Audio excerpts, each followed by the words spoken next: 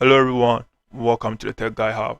And today I'll be talking about how to convert, YouTube videos into MP3. So if you're having a particular video and you're thinking about converting it to MP3, then this video is for you. So go to the particular video that you want to, convert.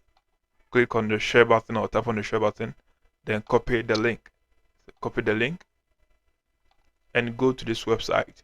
So I'll be putting the website link in the description below. You can go in there and tap on it. Go to this website and paste in the link in here. Paste in the link. Paste the link in here. Then you tap on the convert or you click on the convert.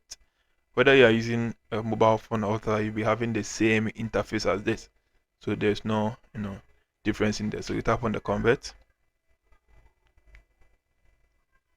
and wait patiently as it loads. Be patient.